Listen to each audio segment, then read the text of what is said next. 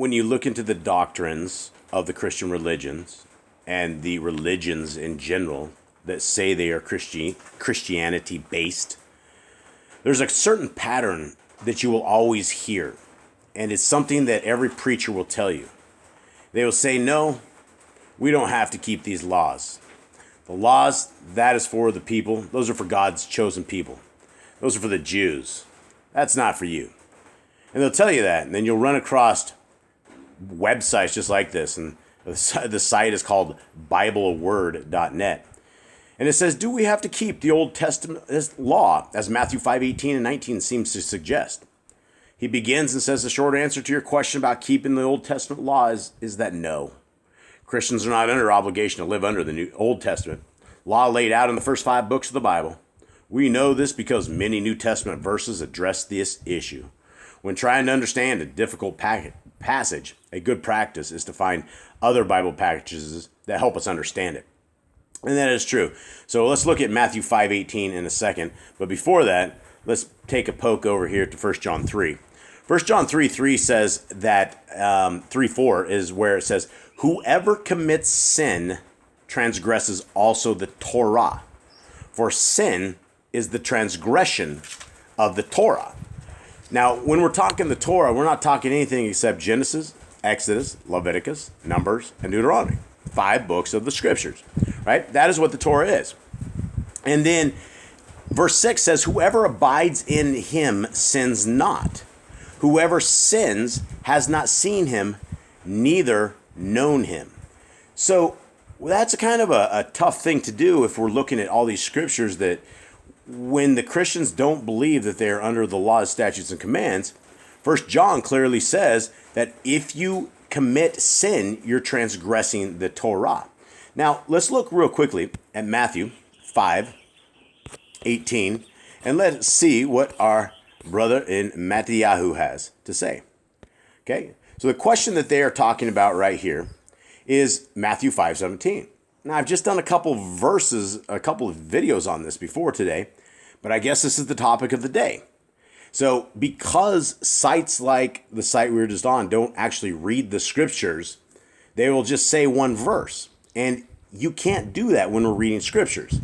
There's a lot of things you could get wrong if you take a simple verse out of context, you don't know what it's talking about, and you make doctrine based upon it, which is what the Christian religion has done. So the verse he's talking about is this: think not that I am come to destroy the Torah or the prophets. I am not come to destroy, but to fulfill.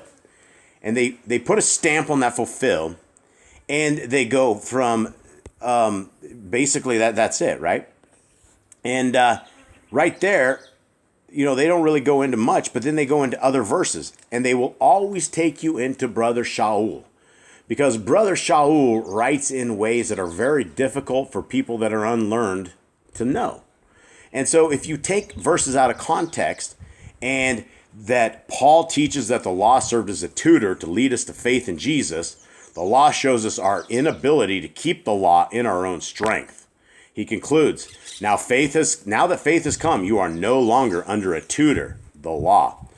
Now, hold on now, because if we go back to Matthew 5:18, we got to finish this in context before we try to dive into Brother Shaul's writings, which, for the babes in the truth, I would urge people not to go to the letters of Brother Shaul unless you first understand that the laws, statutes, and commands are good until all time, until the end of time, forever and ever and ever and ever.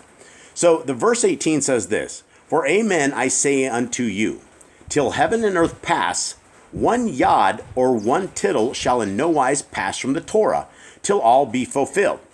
So it's saying that the Torah, not one iota, not one period, not one dash, not one comma, not one letter, not one word, nothing is going to pass in the Torah till all be fulfilled. Wow. Okay. Well, if he's not going to destroy the Torah until heaven and earth are gone, and we clearly look outside our windows and earth is below us, and we look in the sky and the sky is above us, that means that heaven and earth are still here. So we have to be very, very careful about our doctrine. So if one yod or one tittle or one line or one word, it will never be gone from the Torah until heaven and earth pass away, that is what fulfilled means. Messiah walked the Torah perfectly. He fulfilled the walk of the Torah perfectly. But we were not given these laws, statutes, and commands of our Creator so that we could ignore them, right? 53 times, right here, Commandment 11, we are told to keep the laws, statutes, and commands of our Creator. Now, most people don't want to do that. Most people don't like these laws, statutes, and commandments. So I urge anyone who watches this video to go over to the Yahoo and the Torah website and take a look at the homepage. The homepage has all the laws, statutes, and commands, about 150 some, that are very, very good. Things like this. We shouldn't make graven images, right? Is that not just the best advice ever? We shouldn't take something out of wood and carve it up and then get on our knees to it and bow to it and do a little seance to it and hope that good things will happen, right? That's evil. That's what we shouldn't do. But if we don't keep the laws, statutes, and commands, or we don't think they apply to us, then it's probably okay for you to make a graven image. What about bringing our Creator's name to naught? Good commands, right? Why should that be on the tree? Who wants to put that on the ditch? Here's one that all the Christians get wrong. It is the fourth commandment. Nobody keeps the Shabbat, right? The seventh-day Shabbat. It's very, very important. It's been reiterated hundreds of times in scriptures, throughout scriptures, that we need to keep the Shabbat, but somehow we don't do that either. Guys, so the Torah is in effect of all times. Honor your parents. That's just really super good advice, right? But are we honoring our parent? Yah. Are we honoring the Creator of the universe, somebody who has given you enough love to breathe life into you, that has given you the abilities with these eyeballs that you're able to see what's on your screen before you?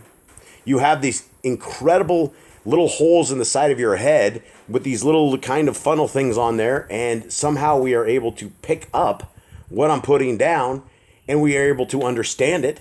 You know, our Creator is super, super amazing. And if we are not obeying the laws, statutes, and commands, we're not honoring our parent. We're not honoring our Creator. Guys, the walk with our Creator begins with keeping his commandments. The very first beginning of it is to understand what the commandments are. Simple things, guys. Don't steal, don't break wedlock. You know these. They're right here. Guys, so I invite you right here, YahuwahAndTheTorah.net. YHWHANDTHETORAH.net, and read these laws, statutes, and commands. Bind them to your heart. Put them in part of your life. Work with them with your children. Repeat them with your wife. Sit around and discuss them. Talk about what they mean to you. Talk about how you can increase your family value as a people of society in the kingdom road to come. Right? There's so many things that the Torah brings to us. Goodness, happiness, joy, contentment, not living in sin, not having the bondage of sin, right? And I will flip that the other way, because everybody out there says, oh, Jason, oh, the Torah, that's bondage. No, my friends, that is not bondage. That is complete freedom. The Torah is freedom, because we are free from what we would get ourselves into. We're free from the trouble that we would bring upon ourselves because we are not doing what is opposed to our Creator. So do Christians have to keep the Old Testament law? Well, if you don't want to be a child of the Most High, then I guess not. But if you care about your soul and you love your Elohim with all your heart, with all your mind, and with all your soul, then yes, you would want to do what pleases our parent. Have a good day.